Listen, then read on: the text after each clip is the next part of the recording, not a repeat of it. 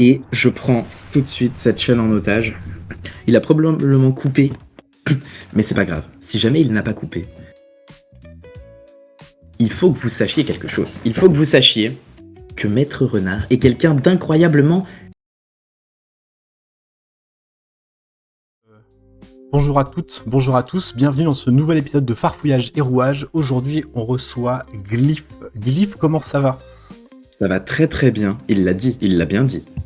Je l'ai bien dit, je l'ai très bien dit, je n'ai même pas fourché et c'est la première prise et ça c'est magnifique. Glyph, pour ceux qui ne te connaissent pas, est-ce que tu pourrais te décrire en quelques mots ? Tu es bien sûr un rôliste, mais pas que. Pour ceux qui ne me connaissent pas, ça va aller très vite. Je suis artiste de cirque, auteur, jongleur, hypnotiseur, auteur, animateur, professeur, magicien. Donc, voilà, pour ne citer que cela, bien sûr. Je fais beaucoup de métiers, mais surtout avec du public et surtout dans le milieu de l'enseignement et de l'animation. Ok, ça pose les bases, ça pose au moins les bases et on va explorer un petit peu tout ça et on va voir que tu es quelqu'un vraiment de pluridisciplinaire. Putain, je tente des mots complètement ouf. Wow. Glyph, il a plein d'utilités. C'est beau, il faut toujours avoir un glyphe chez soi. Est-ce qu'on peut commencer par là ? Est-ce que c'est bien d'avoir un glyphe chez soi ? Est-ce qu'on peut mettre un glyphe dans sa poche ? Alors, on peut très facilement mettre glyphe dans sa poche. ça c'est pas dur, je suis corruptible à fond. Par contre, je pense qu'avoir un glyphe chez soi, c'est délétère. C'est pas bon pour le moral et pour la santé mentale. Mais une phrase, une locution qui circule beaucoup, c'est on peut toujours compter sur glyphe. Et on a toujours besoin d'un glyphe plus petit que soi. Donc si jamais vous avez besoin d'aide, voilà, demandez à glyphe. De préférence en ayant les moyens de vous offrir ces services ou en étant un de mes proches, parce que j'ai pas que ça à foutre non plus. Voilà. Bon, très bien.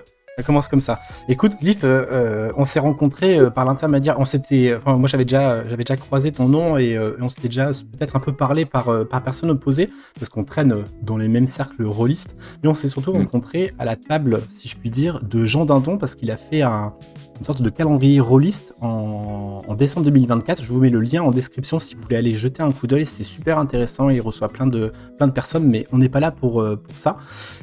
Et on s'est retrouvés autour d'une table à discuter et on s'est un peu découvert. Mais c'était pas tout à fait la première rencontre. On s'est croisés une première fois sans se connaître vraiment à Octogone, quelques mois auparavant. Mais à la table de Jean Dindon, on a vraiment... En fait. Comment ? Quand on s'est rencontrés chez Jean Dindon, on avait oublié qu'on se connaissait déjà. C'est ça, on s'est vraiment redécouvert et c'était beau. T'es là, waouh, mais en fait ce mec est super sympa, mais ouais, il est cool et tout. Franchement, c'était plutôt une très belle rencontre. Moi, j'ai passé un bon moment. C'est ça. Et on s'était tous les deux fait très mauvaise impression parce que t'étais le mec bizarre en convention qui veut refourguer des bonbons aux gens. Et moi, j'étais le mec qui crie « Je suis Turgescent !» Donc vraiment, on était deux fracasses. Mais bon, des rôlistes finalement. Et là, on a eu un échange pertinent sur le jeu de rôle et la nature de soi dans l'évolution, dans le flux spatio-temporel. C'était une très belle émission. Ouais. Qui parle d'évolution humaine, de développement personnel. Je sais que les stats adorent, donc on va parler de ça aujourd'hui. Moi j'aime bien farfouiller dans les comment dire, un petit peu dans les dossiers de savoir à qui je m'adresse. Et c'est vrai que c'était vraiment une belle rencontre et j'ai vraiment grand hâte qu'on puisse se retrouver autour d'une table de jeu de rôle à jeter des dés et à savoir et toi qu'est-ce que tu vas faire et qu'est-ce que tu prends comme décision. Je pense que ça va être très chouette. Et ça va être une... on va attaquer ce farfouillage et rouage par la première question. Tu disais que toi, t'as inventé le jeu de rôle. Alors, est-ce que pour ceux qui n'ont jamais entendu, est-ce que tu peux revenir un peu là-dessus ? Parce que c'est quand même très fort, je pense, pour quelqu'un d'inventer le jeu de rôle, quoi. Le gars, en fait, j'en parle vraiment tout le temps. Mais j'en ai reparlé récemment. En fait, ça me paraît... Il y a souvent ce dilemme de comment on se met au jeu de rôle, comment on fait pour commencer. Il y a des gens qui ont la pression et tout. Et ça me paraît toujours lunaire parce que dans ma tête, j'ai inventé le jeu de rôle. Quand j'avais 12 ans, j'ai proposé à un pote, on se faisait chier comme des rats morts dans la cour, et je lui ai dit, tu veux pas, genre, on va faire un jeu vidéo, moi je te fais le tuto, et je t'explique, tu fais un pas en avant pour avancer. Et c'était un peu un sketch, tu vois, mise en scène comme les premiers podcasts de 2010, tu vois, en mode faites un pas pour avancer. Et c'était des blagues sur l'IA, quoi. Et puis après, je lui dis de sauter et tout. Et puis ma première scène d'ouverture, je l'oublierai jamais, c'était, tu rentres dans une auberge, t'as une prostituée, le barman et un vieux fou qui parle à sa shop, qu'est-ce que tu fais ? Et du coup, on a inventé le jeu de rôle comme ça, avec un joueur, un MJ. Puis après, il y a d'autres potes qui trouvaient ça bizarre et qui nous ont rejoints.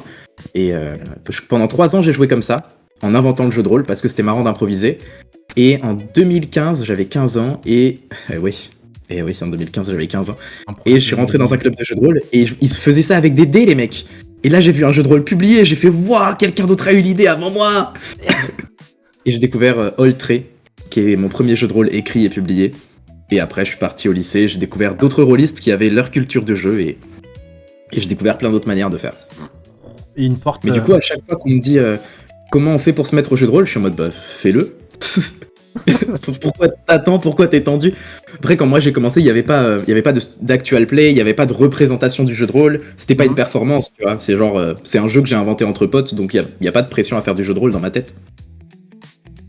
C'est vrai que t'as peut-être débarqué à un moment où il n'y avait pas effectivement, comme tu dis, de représentation, et c'est peut-être, je pense, beaucoup plus sain, et t'as pu faire, je pense, que ce que tu préférais au moment où tu le fais.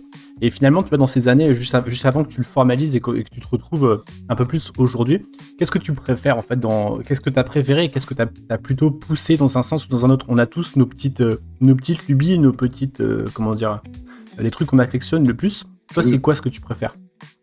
Bah, comme je t'en parlais, moi, j'ai 3 grands trucs dans le jeu de rôle quand on veut parler de style. Qu'est-ce que tu préfères entre le jeu pour les mécaniques, le jeu pour le fun et le jeu pour la narration? Et moi j'ai commencé en faisant un gros sketch en fait à mon pote. Donc c'était vraiment, le but c'est de faire des blagues et c'est qu'il y en ait un des deux qui finisse par terre plié en deux de rire quoi. Donc c'était, on faisait du jeu de rôle juste parce que c'était marrant.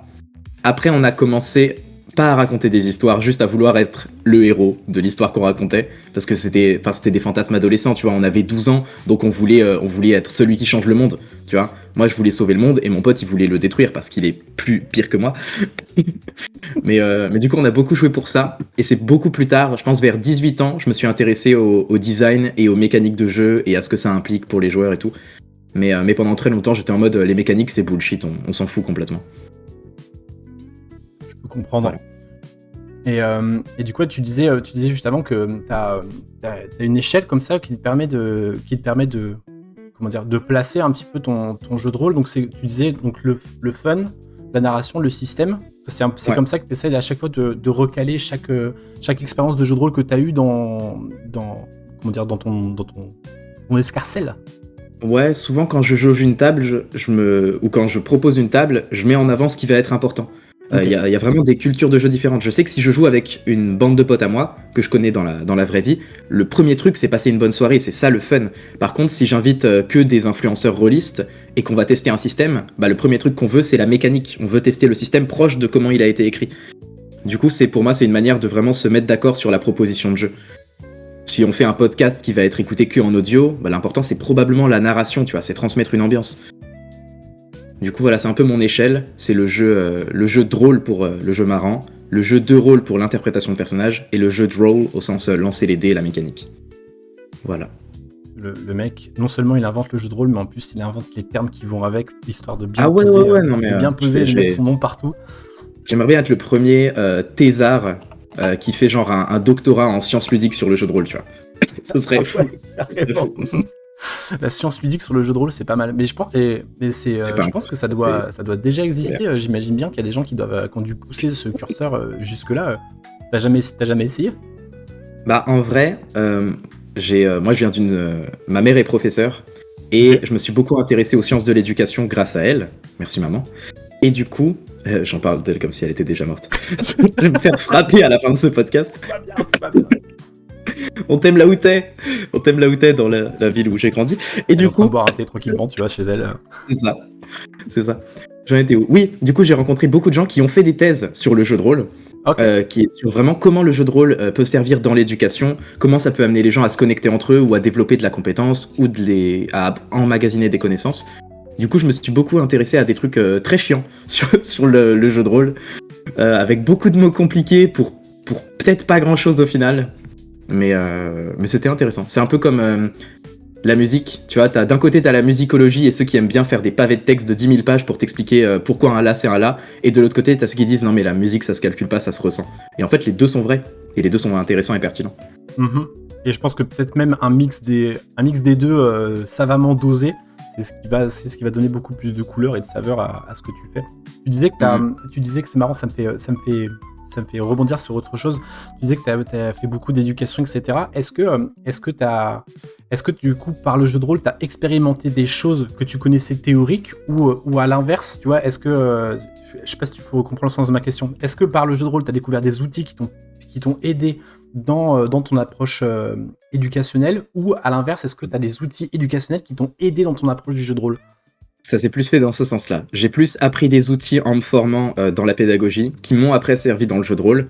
La communication non violente pour citer peut-être le plus évident. Et rarement l'inverse. J'ai moins appris des choses dans le jeu de rôle qui m'ont servi. Même si beaucoup de mécaniques d'humour que j'utilise en spectacle me viennent du jeu de rôle en vrai. Beaucoup de mécaniques de comment on fait rire, comment on crée un lien avec les gens, ça me vient du jeu de rôle. Mais c'est plus, ouais voilà, l'expérience qui a amené la connaissance, c'est du jeu de rôle vers l'éducation, et la théorie qui amène la compétence, c'est plus de l'éducation vers le jeu de rôle.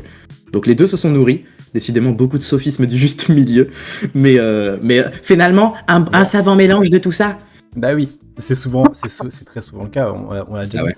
Mais est-ce que du coup, parfois tu manipules entre guillemets tes joueurs en sachant très bien que tu utilises certains outils pour arriver à une certaine fin, ou au contraire, tu essaies d'un peu d'oublier la technique? Une bonne fois pour toutes, je manipule mes joueurs constamment. Qu'on soit bien clair, non mais c'est mon avis sur la manipulation, il faut que j'en parle. J'aime pas que la manipulation soit un terme péjoratif, parce que pour moi, manipuler, c'est avoir une interaction avec la conscience des conséquences que ça va avoir. Okay. Pour moi, si tu parles à quelqu'un et que la personne elle t'apprécie, c'est une interaction sociale. Et si tu parles à quelqu'un en sachant ce que tu fais pour que la personne t'apprécie, c'est juste que tu as conscience de ce que tu es en train de faire, et la conscience induit pas que tu es un génie du mal ou que tu es mal intentionné. C'est juste que tu sais où tu vas. Pour moi, c'est de la projection, tu vois, c'est de l'intelligence sociale. Du coup, voilà, j'aime pas que la manipulation soit un terme péjoratif. Ou alors je suis le pire des connards. Mais pour moi, c'est juste anticiper les conséquences de ce que tu es en train de faire. Et ça me paraît sain d'anticiper pourquoi tu fais les choses et quel résultat t'attends. Ouais, c'est vrai que c'est très souvent utilisé comme péjoratif parce que la manipulation, t'entends que tu vas un peu agir comme un marionnettiste, et que tu vas influencer, enfin plus qu'influencer en fait, tu vas complètement restreindre quelqu'un dans ses actions et dans ce qu'il pense, et tu vas lui insuffler tel un petit serpent ou un petit diable que ce qu'il fait, c'est exactement ce qui est bon pour lui. Alors pourtant, très souvent quand on manipule les gens, c'est pour le mieux. Par exemple, si t'as un nouveau collègue et que tu te dis je vais aller boire un verre avec lui pour briser la glace, bah t'attends quelque chose de cette interaction, c'est de la manipulation. Si j'ai pour toi un apprenti, pour moi un élève, et que je me dis lui il a l'air d'avoir des choses difficiles dans sa vie personnelle, peut-être je pourrais aller essayer de lui en faire parler, qu'il lâche un peu le poids et qu'il puisse prendre plus plaisir dans l'activité, c'est de la manipulation parce que j'attends quelque chose de lui. Si je veux une augmentation et que je vais parler à mon boss de mes compétences, de comment je les ai fait évoluer au cours de l'année pour l'amener à considérer une augmentation, c'est de la manipulation. Mais est-ce que c'est bien grave ? Question rhétorique, bien sûr que non, c'est pas grave. Laissez-nous tranquille, bordel. Ouais, tant que tu veux pas finalement, j'allais dire, soutirer de l'argent à quelqu'un, ou vraiment le manipuler ses sentiments pour obtenir quelque chose de mal intentionné, finalement c'est pas si grave et on le fait tous un petit peu. Je suis assez d'accord. C'est ça. Et j'ai du mal à rebondir sur la suite de l'interview, mais pour si, je vais le faire comme ça. Il y a un truc que, tu vois, je te demande avant ce que tu préfères faire. Il y a quelque chose que moi j'aime bien faire, et je sais que je pense me douter que toi tu dois aimer ça aussi. Il y a un truc qui doit un petit peu transpirer dans ta manière d'aborder le jeu.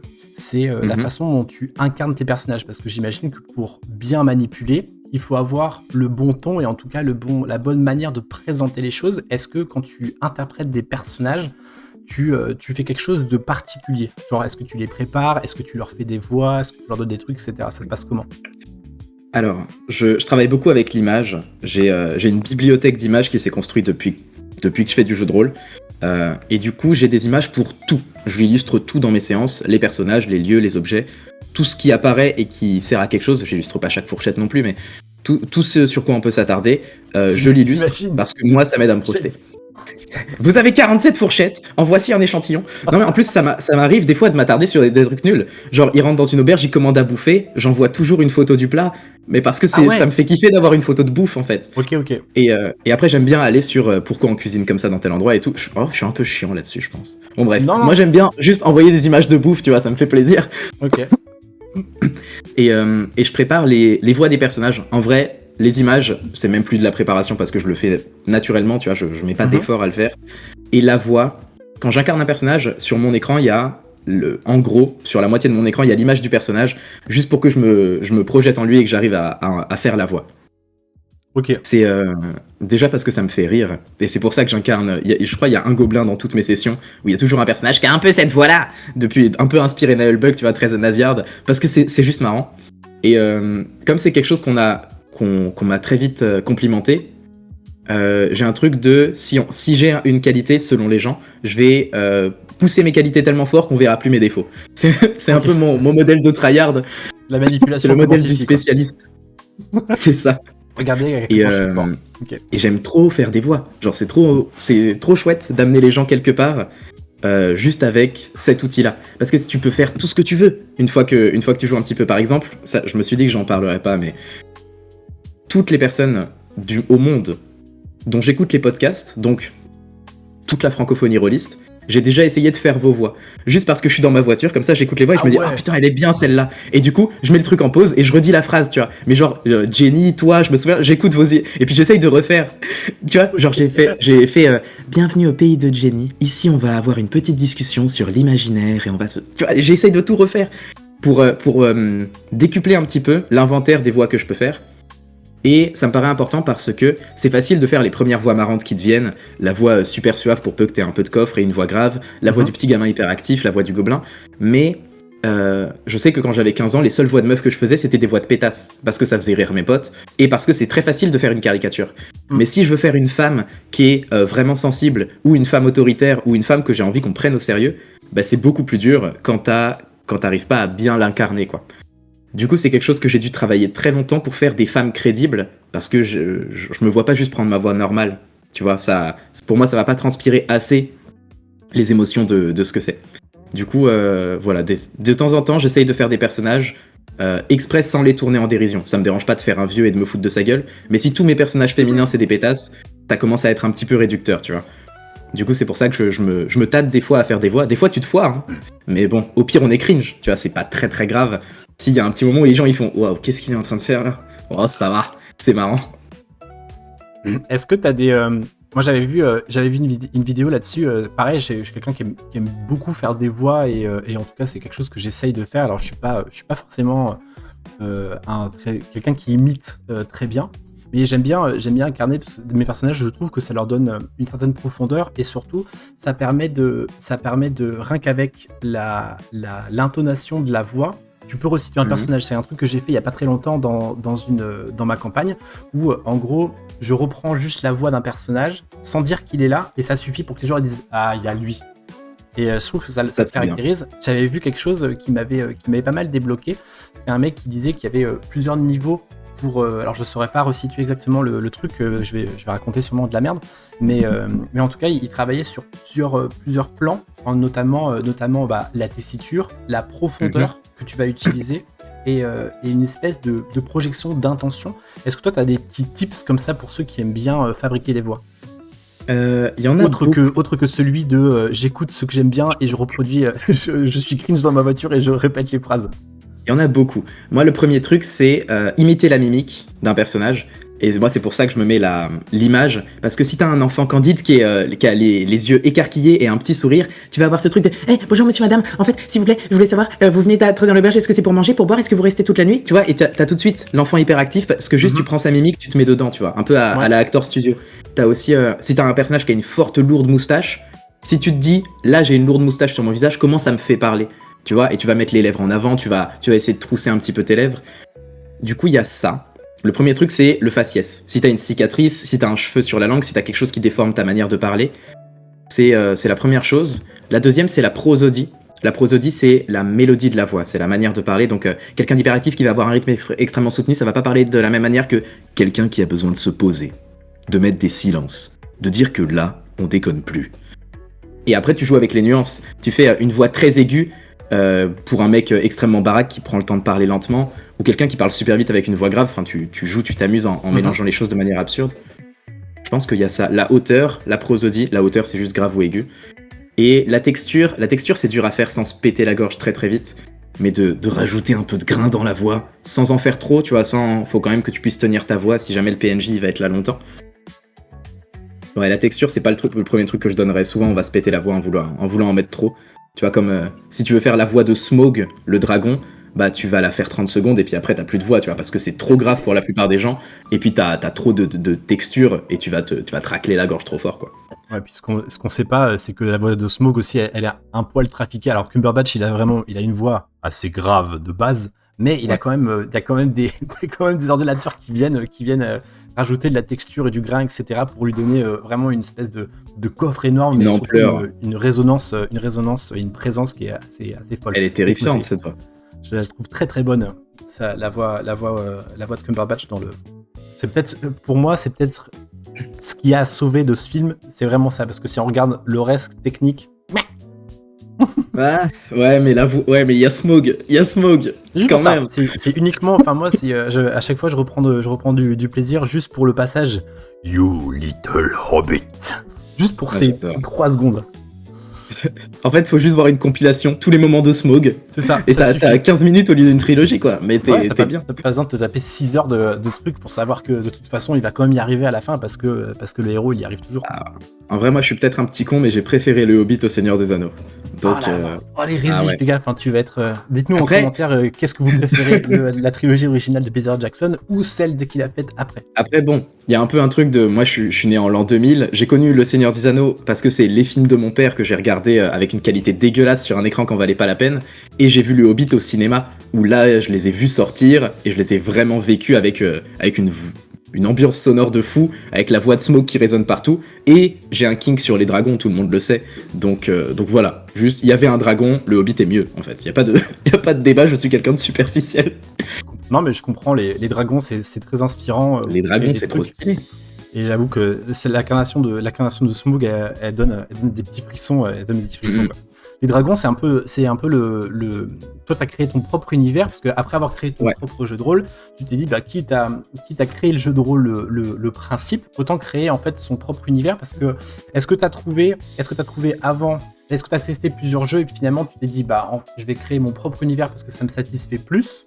Comment ça s'est passé Alors, pour avant de décortiquer un peu pourquoi il y a autant de dragons dans ton univers, etc. J'aurais bien aimé avoir un truc aussi académique et mature que de tester plein de systèmes et de me dire il manque la petite graine que je n'ai pas trouvée, je vais la créer moi-même. Non, en fait, on était lycéens et on était en train de brasser le jeu de rôle dans tous les sens pour voir tout ce qu'on pouvait faire.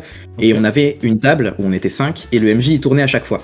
Et c'était genre, cette semaine c'est toi qui fais, et il faisait de l'horreur. Cette semaine c'est toi qui fais, t'es fan de Zelda, il va nous faire un jeu de rôle Zelda. Et on essaye de voir tout ce qui est possible. Et un jour je me suis dit, moi je veux faire un truc. J'aimerais bien Monster Hunter, tu vois, de la chasse aux gros monstres avec de la traque, avec des combats de boss impressionnants, en jeu de rôle. Et du coup c'est ça mon pitch. Et à force de le déformer, de le décliner, j'étais dans les années où je pensais qu'écrire du lore c'était intéressant. Enfin en tout cas moi ça me faisait vibrer, tu vois. Du coup j'ai écrit des dragons, après j'ai écrit de la magie, après j'ai écrit la carte et la géographie, la politique. Et en vrai quand je le relis, je le vois avec tendresse et je me dis c'est tellement chiant à lire. Du coup je le montre à personne parce que vraiment il y a 40 pages d'un adolescent qui pense alors, je pensais même pas écrire un truc de ouf, mais moi ça me faisait plaisir. Du coup j'ai juste créé quelque chose qui me plaisait, que j'ai affiné avec le temps et qui transpire beaucoup les phases par lesquelles moi je suis passé en tant qu'adolescent, qui se construit, et les phases par lesquelles est passé mon groupe, parce qu'il y a un petit peu des touches de chacune dedans. Et après j'ai créé un système qui a beaucoup évolué, et malheureusement c'est vers 20 ans que j'ai commencé à lire des systèmes pour de vrai, et à vraiment essayer d'aller chercher qu'est-ce que c'est un bon système. Et là j'ai rebrassé le mien pour prendre les idées pertinentes et les dégager. Et des fois c'est un processus long, par exemple.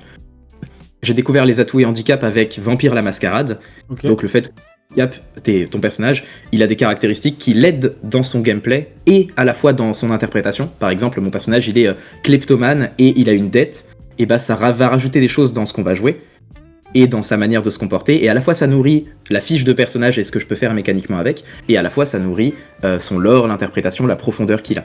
Sauf que, de mémoire, le document que j'avais lu, c'était genre 37 pages. de liste d'atouts et d'handicaps, et c'était interminable. Et ma vision du jeu de rôle, c'est vraiment, faut que ce soit accessible, même si t'aimes pas lire. Et du coup, je me suis dit, ok, on va faire qu'il y a des atouts et handicaps en fonction de la race que t'as. Comme ça fait que les clichés raciaux, ils ont un peu une genre de justification, qui est culturelle la plupart du temps. Et du coup, t'en as une liste de 10, quoi. Et tu choisis un atout, un handicap, parmi les 5 atouts et 5 handicaps qui sont proposés. Donc ça restreint beaucoup. Tu te dis, ok, je veux faire un mec à fourrure et à cornes, parfait, t'as une petite liste, tu lis une page, t'as fini de créer ton perso.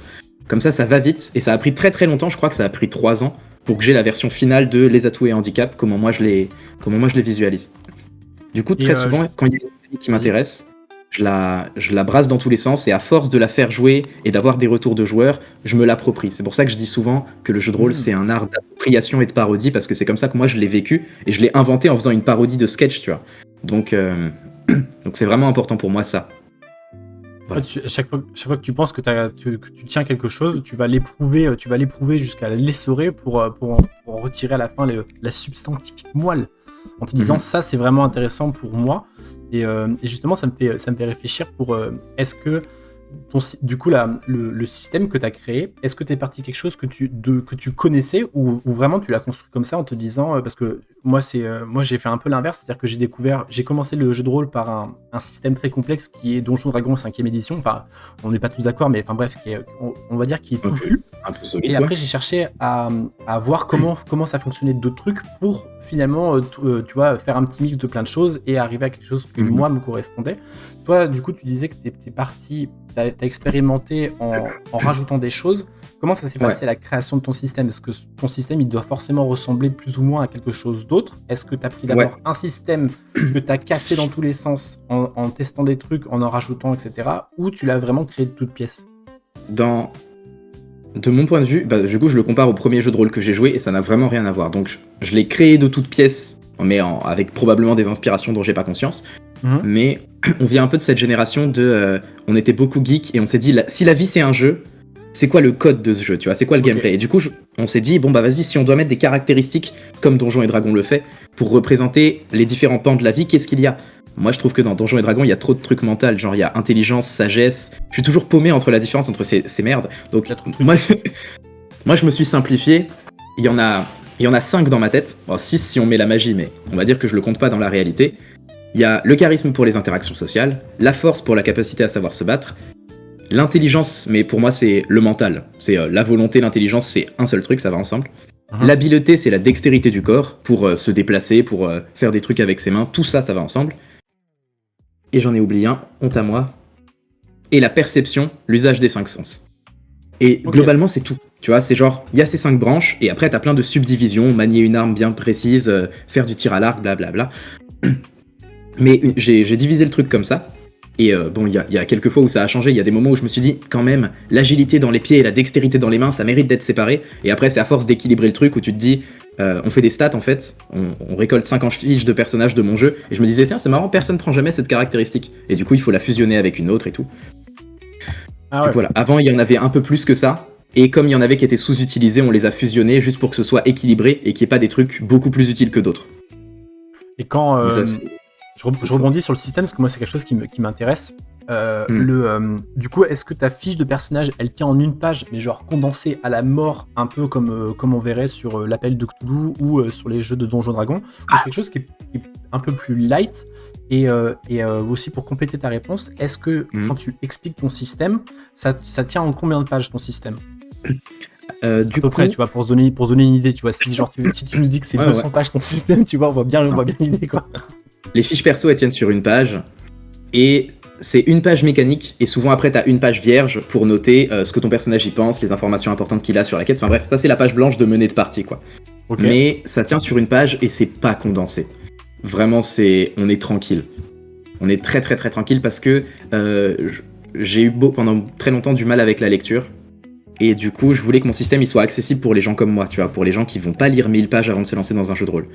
Du coup, c'était vraiment important pour moi que la mécanique cœur, la mécanique avec laquelle on lance les dés, déjà il y en a qu'une. Il n'y a pas une mécanique pour le combat, une mécanique pour le voyage, une mécanique pour les scènes sociales. Moi c'est tout pareil. Si t'as compris la mécanique essentielle, t'as compris comment on joue à mon jeu. Pour toutes les scènes, sauf je fais des mini-jeux parce que c'est marrant, mais la plupart du temps j'en fais pas. Et la mécanique elle tient sur un post-it. Elle tient Ok. vraiment sur un post-it. Faut que les gens ils l'aient comprise vite. En gros, bah tiens, je te l'explique maintenant et tu vas Bah me ouais, dire si c'est vas-y, clair. rentre dans le détail. Qu'est-ce que tu utilises comme dé? Est-ce que tu utilises le full set? J'utilise tout le set, mais d'une manière qui m'amuse. En gros, j'ai découvert au lycée que si tu lances plusieurs dés, t'as plus de chances de faire un jet moyen que de faire des extrêmes. Dès que Ok. tu lances 2 dés, ça commence à s'appliquer en termes de probabilité. Et ça, j'aime bien l'idée, parce que bah, toi et moi, on est artistes artisans. Quand tu fais quelque chose, la plupart du temps, tu fais ton jet moyen, entre guillemets. Ça arrive de se foirer, ça arrive de faire des bangers, mais la plupart du temps, on fait une performance qui est moyenne. Et du coup, pour représenter ça, j'ai mis ça dans mon système, que on lance plusieurs dés, et la plupart du temps, tu fais un jet moyen. Si tu lances 2 dés 6, pour faire 6, tu peux avoir les 2 dés qui font 3, un dé qui fait 4, un dé qui fait 2, un dé qui fait 5, un dé qui fait 1. Tu vois ce que je veux dire? Il y a beaucoup de chances, en fait, de faire 6, alors que des chances de faire 2, bah, il y en a qu'une. Il faut que les 2 dés fassent 1, et c'est la seule possibilité. Du coup, dans mon système, il y a beaucoup de ma vision de la vie, sous différentes métaphores, mais ça en fait partie. Donc le système, c'est... D'abord, il y a les caractéristiques, c'est celle que j'ai citée tout à l'heure, et c'est un score fixe. Tu le répartis à la création de ton personnage, et ça va pas évoluer. Ton personnage, il va peut-être gagner 1 point de caractéristique dans une campagne, mais ça bouge pas, c'est son archétype. Ok. En gros, si t'as 1 en charisme, tu as du mal avec l'expression, et même si t'apprends plein de choses, tu vas rester un petit peu galérien dans ce système. Donc, on va prendre un exemple concret, on va prendre un tir à l'arc. Donc, c'est la caractéristique qui a un score fixe, plus un dé à 6 faces, c'est le dé des critiques, il est toujours là. Et en dernier, c'est le dé de la compétence. Ici, c'est la compétence maniement de l'arc. Si jamais tu n'as pas cette compétence, tu lances un dé à 4 faces, et si jamais tu l'as, ça peut monter. Un dé 6, un dé 8, un dé 10, un dé 12. Ce dé, il évolue au fur et à mesure que tu apprends des choses, tu développes la compétence, et c'est tout. Ah, Voilà. ok. T'as la caractéristique fixe, plus un dé 6, plus le dé de compétence. C'est toujours ça. Et le dé de compétence, il peut évoluer au fur et à mesure de ta campagne. Si tu pousses ça. le personnage dans un sens ou dans l'autre, ou en tout cas que tu veux le faire évoluer, ton système d'évolution, il passe par là. Il n'y a pas de niveau, Ouais. est-ce qu'il y a de l'expérience, des choses comme ça, ou pas du tout? C'est vraiment, tu vas utiliser plutôt des milestones, enfin, des sortes de points de passage où tu vas dire arbitrairement, ton personnage, il gagne un point ou il gagne un dé. Alors, on met pas de niveau, parce que ça aussi, j'ai un peu envie que ça représente quelque chose d'un peu réaliste. Dans la vie, on n'a pas de niveau. Tu vois, des fois on progresse, des fois on a des périodes où on régresse et où on va pas bien, tu vois. Il y a des choses un petit peu comme ça, donc j'ai pas de niveau écrit, c'est jamais marqué sur une fiche perso. Et pour ce qui est du système d'expérience, il y a 2 ans, je me suis rendu compte que comment tu donnes l'expérience, ça induit comment les gens vont jouer. Si on gagne de l'expérience que en tuant des monstres, on va tout le temps se taper. Si on gagne de l'expérience que en chopant de l'or, on va tout le temps voler, etc., etc. Et du coup, notre système actuel, j'ai pas écrit de système d'expérience pour les comptes de crit parce que je veux que ça dépende de la table. Par contre, j'ai créé une page dans le document du jeu de rôle qui est voilà les différents systèmes d'XP et voilà ce que ça amènera autour de votre table. Le mien actuellement, c'est tu dois mettre 3 objectifs à ton personnage, à court terme, à moyen terme, à long terme, qui sont des objectifs pour lui, tu vois. Trouver l'amour, ouvrir une boutique, tuer un des grands monstres, bref, c'est motivation à lui. Et quand tu en remplis un, tu gagnes un point de compétence. Ok. C'est quand tu accomplis quelque chose d'importance pour toi. Et du coup, ça fait que le maître du jeu doit s'intéresser aux objectifs des personnages et il doit les valider. Et les joueurs, ils doivent rester un peu corps avec leurs objectifs.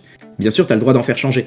Moi, j'avais un personnage qui était un alchimiste, qui voulait créer un poison qui affecte tous les non-humains, parce qu'il était fort raciste.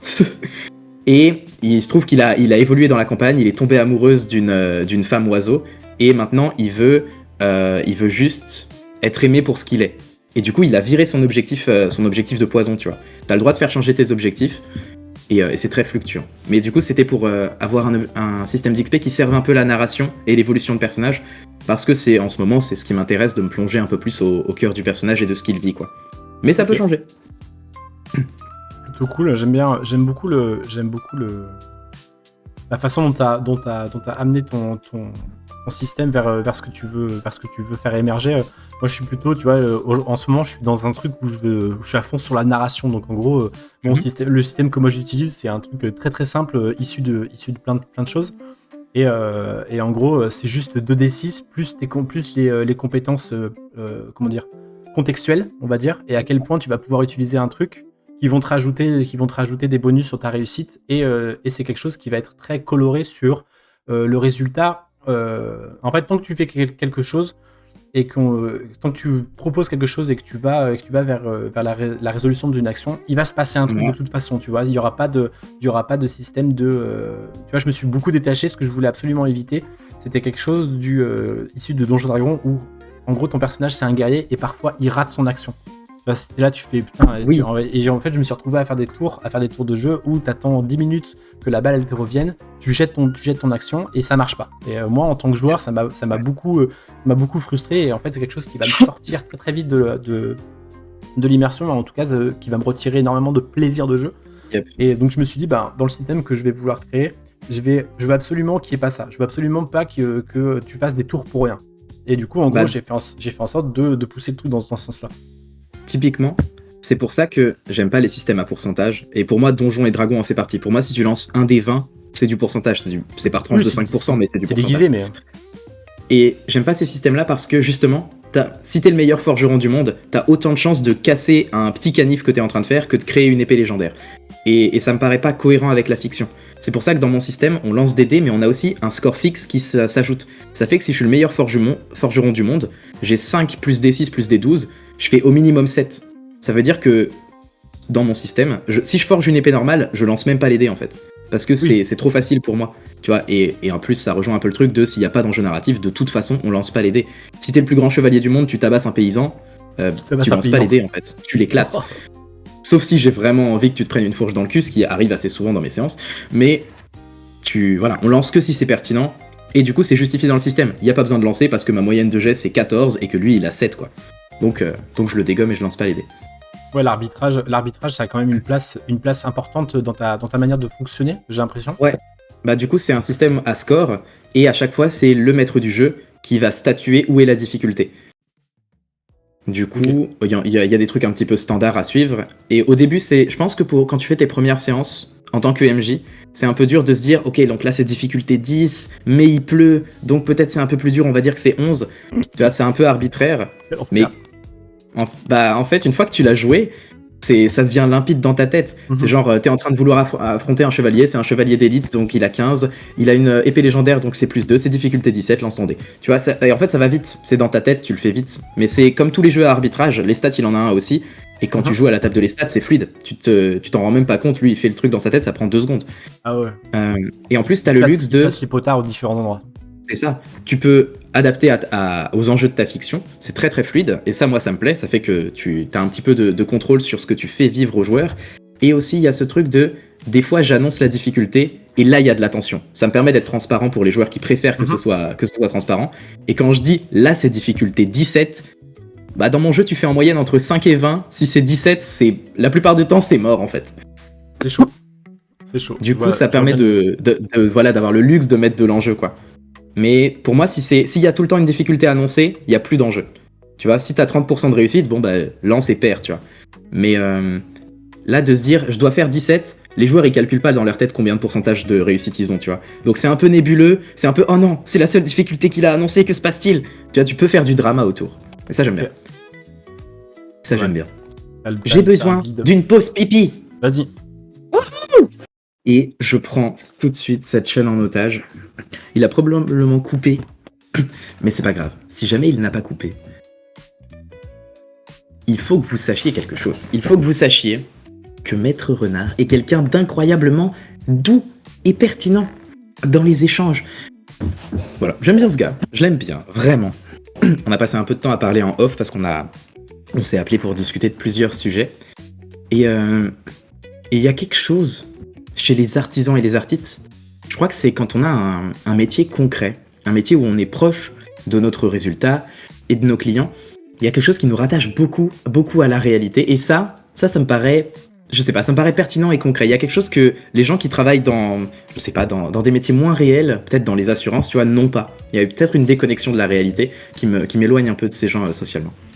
Je serais très curieux de savoir comment est-ce que les gens qui bossent dans les assurances jouent au jeu de rôle. Est-ce que du coup ils remettent des traumas de la vie quotidienne dans leur partie, ou au contraire en fait ils font des systèmes hyper procéduraux pour que tout soit bien, rentre bien dans des cases. Ça m'intéresserait pour beaucoup. moi. Si je pense que tu travailles dans les assurances, manifeste-toi. Si tu travailles dans les assurances, je pense vraiment que s'il y a un maître du jeu travaille dans les assurances, pour moi tu lances jamais les dés. Parce qu'en fait, pour lancer les dés, tu dois remplir ta fiche de perso qui ressemble un petit peu au formulaire A37. Et si jamais tu as une petite erreur dans ton formulaire A37, tu dois re-remplir le formulaire A37 bis qui fait 30 pages de plus, et en fait au bout d'un moment tu peux pas lancer les dés. Et c'est infernal. Et c'est un peu genre le maître du jeu qui se bat contre les joueurs. Mais j'ai une très mauvaise vision des assurances. Je suis désolé pour les personnes qui travaillent là-dedans, je déteste votre corps de métier. mais Pas facile. mais c'est pas grave. C'est pas grave. C'est normal d'avoir un corps de métier où le but, c'est que vos clients n'aient jamais besoin de vous et de vous dédouaner dès que c'est à vous de faire votre travail. Voilà, c'est malhonnête, tout simplement. C'est un peu, je pense que c'est un peu le principe des assurances. Tant que tout va bien, tout va bien. Et le moment où ça commence à merder, généralement, c'est là où les vrais problèmes commencent. C'est vrai que c'est vraiment, tu payes un abonnement pour pas de service, et quand c'est le moment de faire le service, ils vont essayer de le plus possible te prouver que c'est pas le moment. Et c'est dingue. C'est un peu ça. C'est dingue. C'est le principe, hein, c'est écrit dedans, hein, c'est dans les conditions générales. Hein. Mais d'ailleurs, tu vois, ça me permet de rebondir. Est-ce que tu vois, moi, je suis quelqu'un qui suis, comment dire, qui suis créatif sous la contrainte, c'est-à-dire que j'ai besoin de certaines limites pour créer des trucs. Et est-ce que toi, tu disais plutôt que c'est les influences comment dire, j'ai l'impression que toi, c'est plutôt les influences qui t'ont poussé à créer quelque chose très spécifique à toi, ou est-ce que c'est plutôt l'inverse? Est-ce que j'ai pas tout à fait compris? Est-ce que c'est plutôt l'inverse qui t'ont resserré vers quelque chose de beaucoup plus précis? Je suis pas sûr de comprendre la question. Je comprends.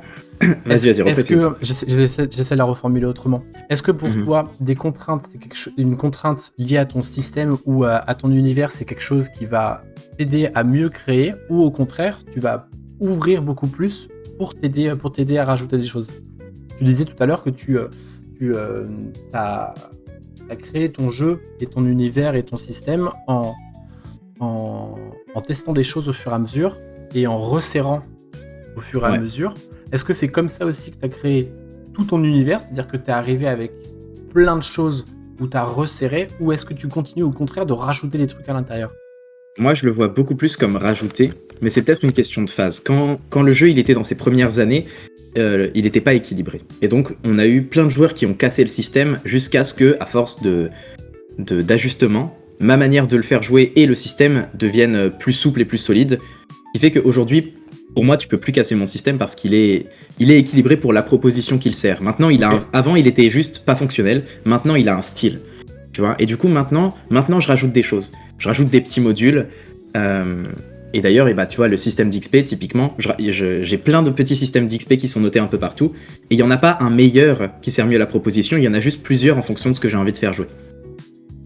Et du coup, maintenant, on est plus dans un truc où c'est pas qu'on rajoute constamment pour réempiler la même tour. C'est plus qu'on a plein de petits blocs.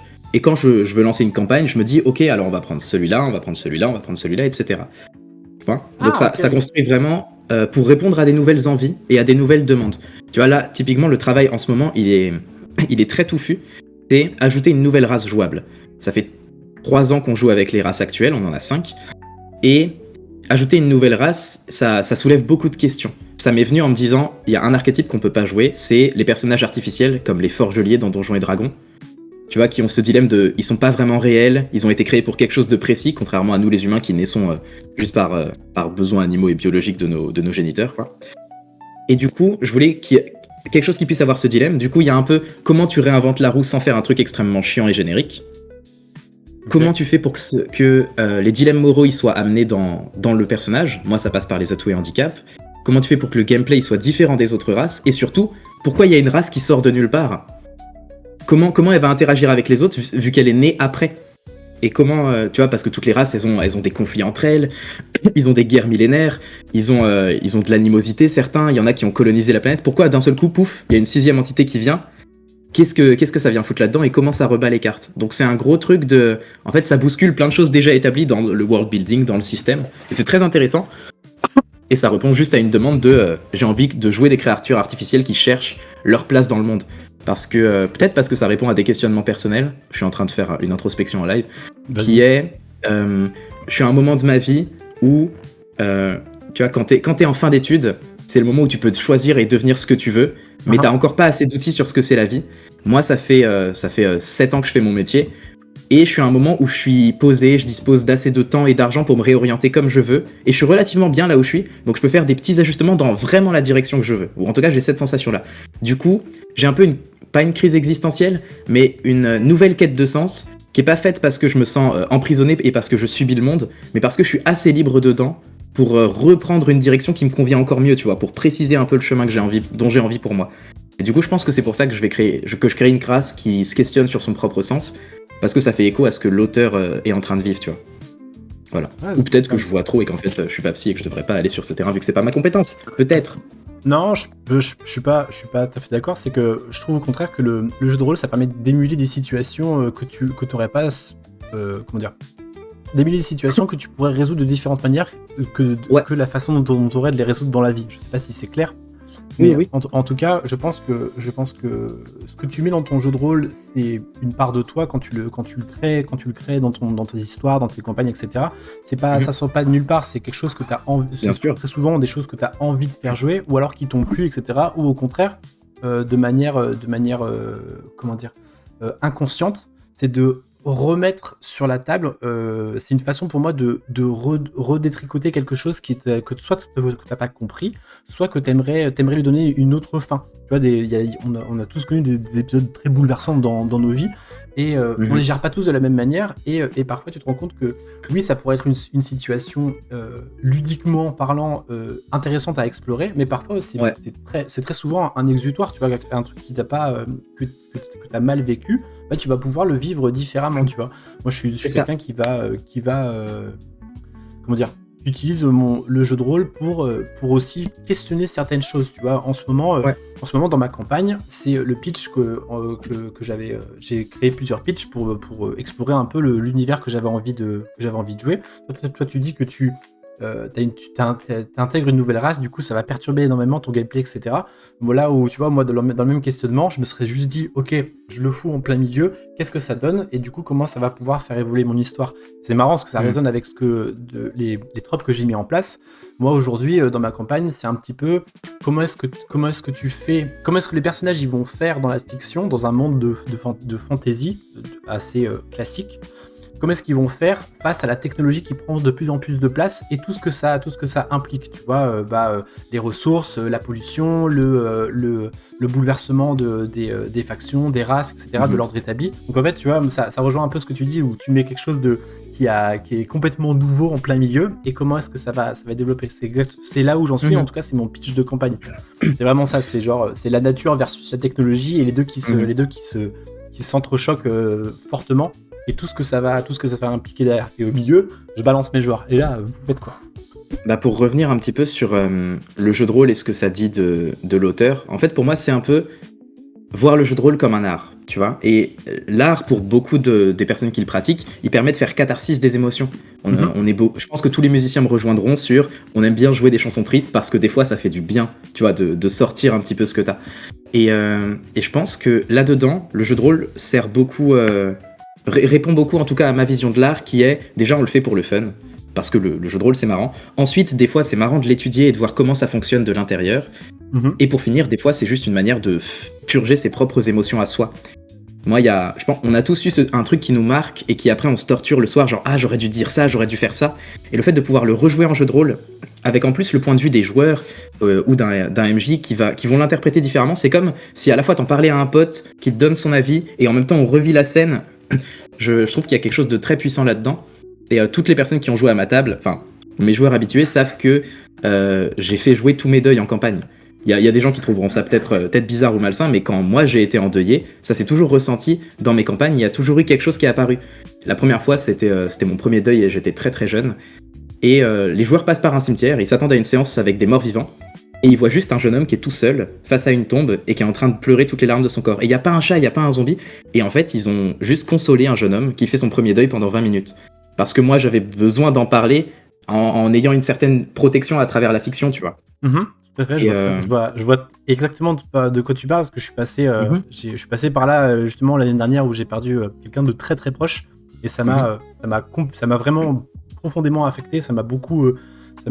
alors, je sais pas, perturbé, c'est vraiment, ça m'a complètement bousillé pendant un mois. J'étais vraiment au plus bas, et ça a été quelque chose qui a été difficile, tu vois, et qui maintenant ça prend une forme un peu différente, mais c'est toujours là, tu vois, ça continue à me poursuivre, donc je comprends tout à fait ce besoin d'exorciser un petit peu les trucs difficiles par un prisme qui est à la fois, tu parles de protection. Moi, j'entends parfaitement ce truc-là, parce que tu peux tu peux le mettre devant sans vraiment te cacher derrière en te disant bah voilà, vous voyez, j'ai pas spécialement envie d'en parler en direct, mais j'ouvre un peu la porte parce que j'ai un peu envie d'explorer ce truc-là. Léger. Et en fait, on parlait de la manipulation tout à l'heure. Pour moi, c'est important d'en avoir conscience parce que dans tous les cas, si tu es maître du jeu, quand tu fais apparaître un couple, ça parle de ta manière de voir le romantisme et les couples. Dans tous les cas, peu importe le couple que tu es en train de montrer. Et c'est juste qu'en avoir conscience, ça te permet d'y réfléchir. Si tous les couples que tu montres, ils sont tout le temps en train de s'engueuler dans la première scène, ça dit quelque chose de toi, bonhomme. Et c'est important d'en avoir conscience. Et moi, c'est pour ça que j'aime bien réécouter mes anciennes parties. C'est bon déjà parce que mon sujet préféré c'est moi, mais c'est vraiment un sujet dont j'aime parler, c'est pour ça que je suis très content de cette interview. mais c'est important de comment tu représentes la parentalité dans ton jeu de rôle, comment tu représentes la violence physique. Et moi je trouve ça fou, je trouve ça trop chouette. Et c'est aussi, là je fais une petite parenthèse parce que je veux que les gens fassent ça en jeu de rôle. Faites une partie où la fiche perso ne sert à rien. C'est une partie que je fais presque une fois par campagne, où en gros on a un groupe de combattants, ils sont rompus au combat, ils ont le tank, le heal, le DPS, ils ont tout ce qu'il faut pour défoncer le dragon. La grande quête c'est de péter la gueule du dragon. Ils vont dans la montagne, ils se font accueillir par un petit couple, et là, la femme, elle est en train d'accoucher, le mec part pour aller chercher un médecin, vous êtes seul avec une femme qui a 30 minutes d'accoucher. Ça sert à rien d'avoir une épée qui fait du feu, bonhomme. Laisse tomber ta fiche perso, qu'est-ce que tu fais ? Et la plupart de mes joueurs sont pas sages-femmes, donc vraiment, ils savent pas quoi faire. Et moi non plus, la vérité, moi non plus. Mais c'est ça qui est génial, c'est ta fiche ne sert à rien, tu dois faire quelque chose. Mais tu peux faire ce que tu veux, tu peux faire, vous êtes à un mariage, le cuisinier est malade, c'est vous les cuisiniers maintenant. Et moi, j'ai pas de compétences en pâtisserie. Donc vraiment, on va passer une très bonne séance, on va s'amuser.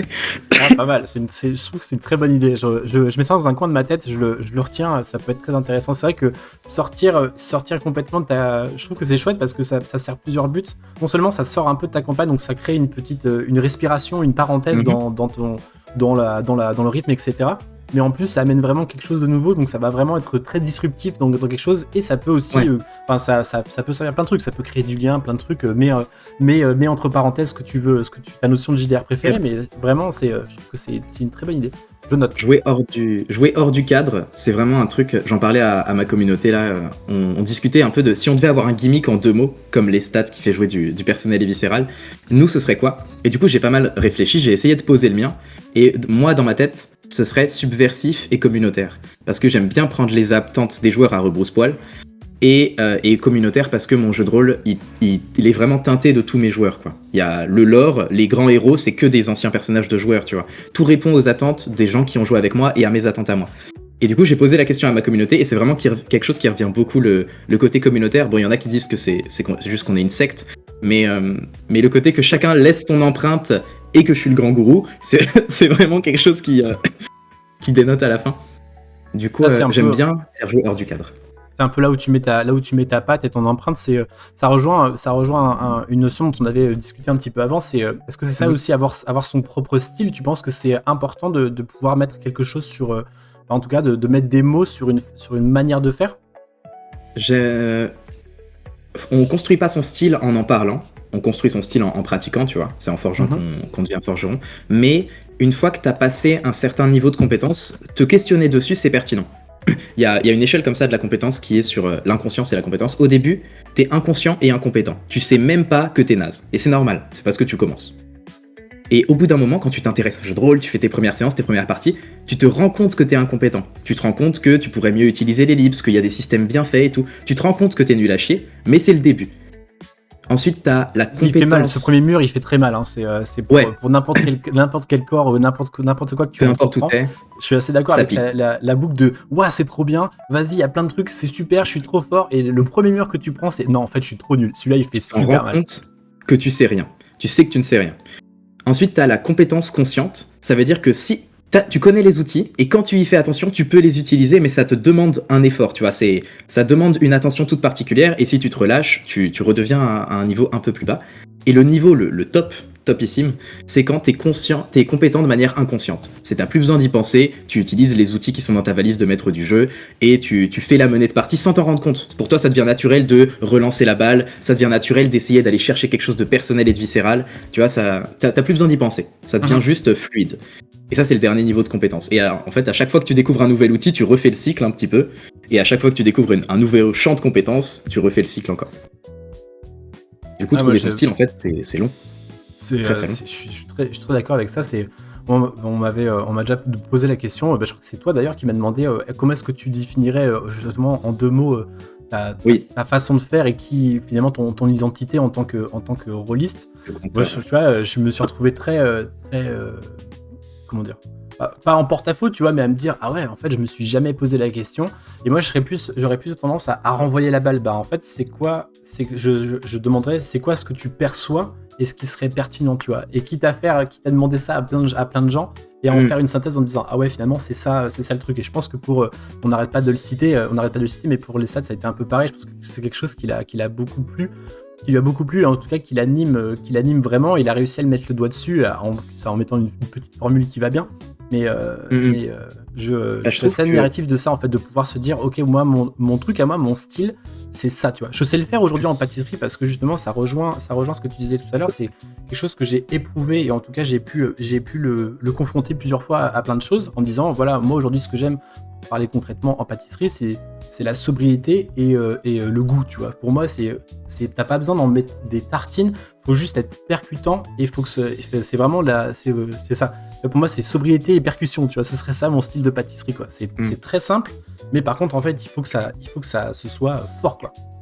Dans le jeu de rôle, je trouve qu'après avoir nos échanges, je me suis retourné un petit peu et il y a une phrase que j'ai entendue dans un rap que j'aime beaucoup, qui a résonné, qui m'a direct fait penser à toi. C'est un artiste qui dit « Moi, pendant le feu d'artifice, je regarde les yeux des spectateurs. » Ah ok, ah, c'est cool. Tu vois, il y a un peu ce truc de je suis pas là pour faire le show, je suis là pour voir ce que toi ça va te faire, pour renvoyer la balle, et on parlait de mettre le projecteur sur les autres. Tu vois, il y a un vrai... L'important, c'est la connexion. Dans la manière dont tu parles de faire du jeu de rôle, en tout cas, j'ai l'impression que l'important, c'est connecter avec la table. Voilà. Mais je sais pas si c'est... Écoute, je viendrai à ta table... Et peut-être que je dirais c'est de la merde. T'as pas de style, t'as juste pas les bases. Voilà, ça dégage. Ce mec est une trompette. C'est un faux.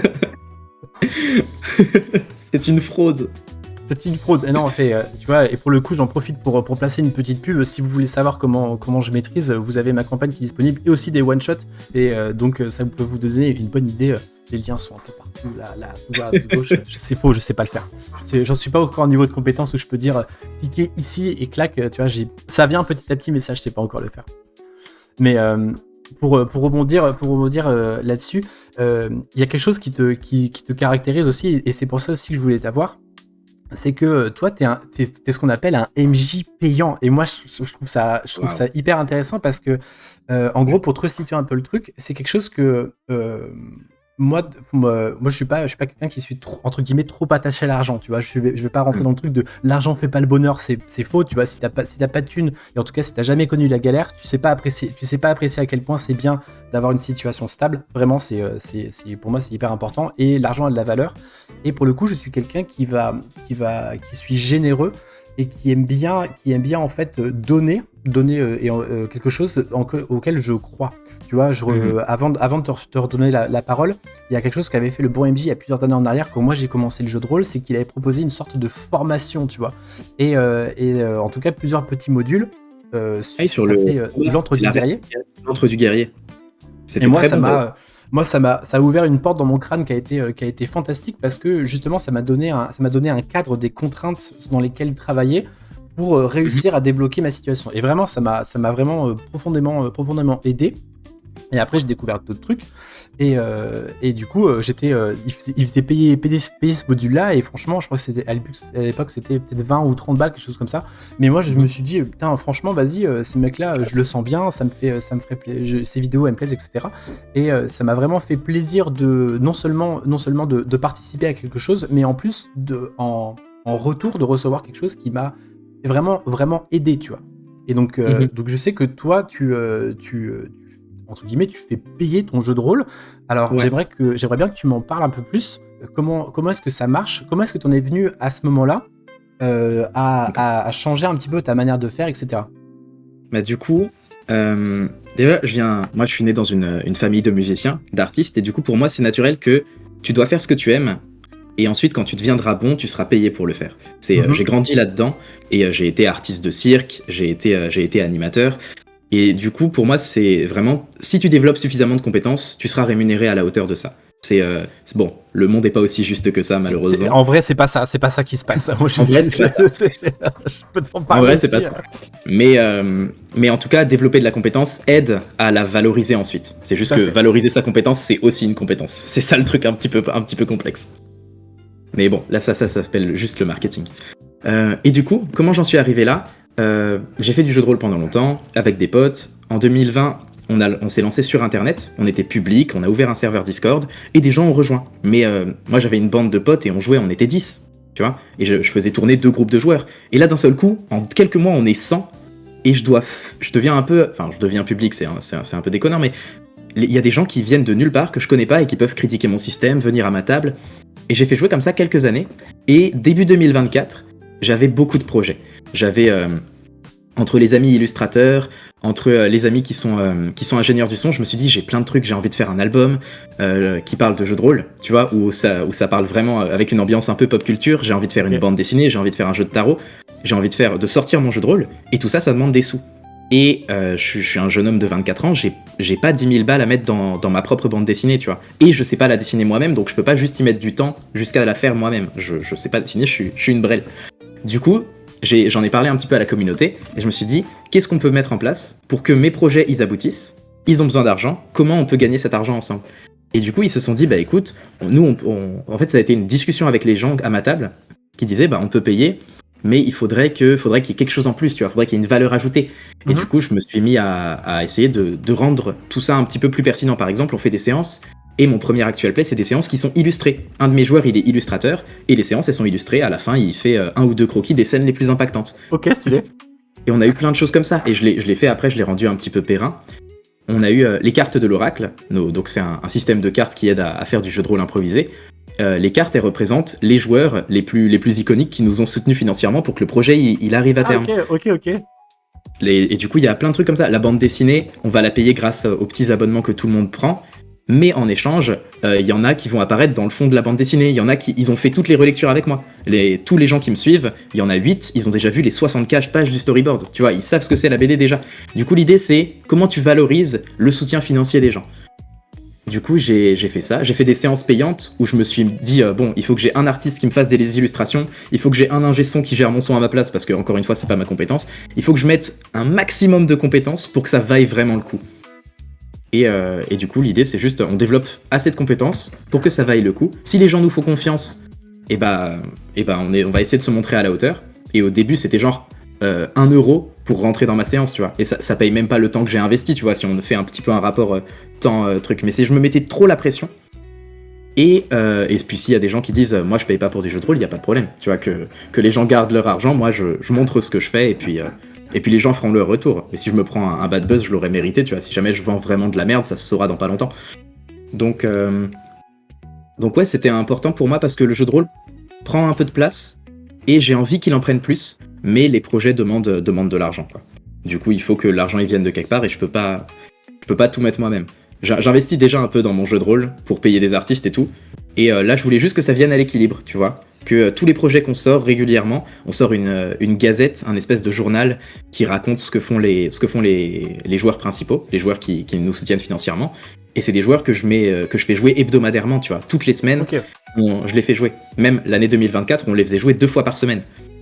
Et du coup, tout ça demande du temps et de la compétence. Et du coup, il y a une petite compensation financière en échange. Mais c'est toujours dans l'échange et ça répond toujours à la demande des joueurs. Là, j'ai jamais eu un jeu de rôle aussi investi. Parce que entre les séances, les joueurs, ils ont demandé à avoir des salons sur le Discord pour avoir du roleplay à l'écrit et continuer entre eux de s'investir. Et ça devient un cercle vertueux de...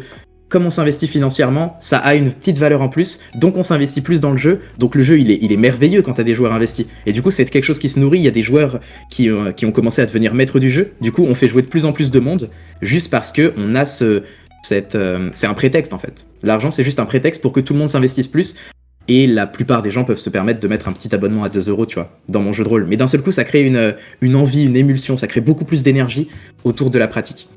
Et ça n'empêche que je fais jouer des gens pour le plaisir à côté. Mais c'est vraiment pas la même chose d'avoir une table pour le kiff et d'avoir une table pour toi. C'est comme, toi, tu vois, t'es pâtissier. Je peux utiliser ce terme ? J'ai toujours peur dans les domaines de spécialité. Bientôt maître pâtissier. Bientôt, on l'appellera maître renard. C'est parti j'ai déjà raconté, mais c'est parti d'une blague c'est en train de plus en plus ça devient réel quoi. J'ai un brevet de maîtrise en pâtisserie, chocolaterie, traiteur, glacier, confiseur. Et du coup, je suppose que pour toi, c'est pas la même chose de faire une commande où tu te mets la pression et c'est ton travail, et de faire un gâteau pour des proches. Tu vois, c'est pas le même exercice, c'était pas dans le même état d'esprit. Et pour le coup, tu vois, c'est là où moi je mets un frein à la réflexion, c'est que moi je mets un point d'honneur justement à ce que l'investissement personnel que je mets dans la commande pour quelqu'un et pour un proche, ce soit exactement la même. C'est-à-dire que je mets toujours la même intention. Je me dis toujours que c'est pour quelqu'un que j'aime et que j'apprécie. Oui, ça, on en avait parlé.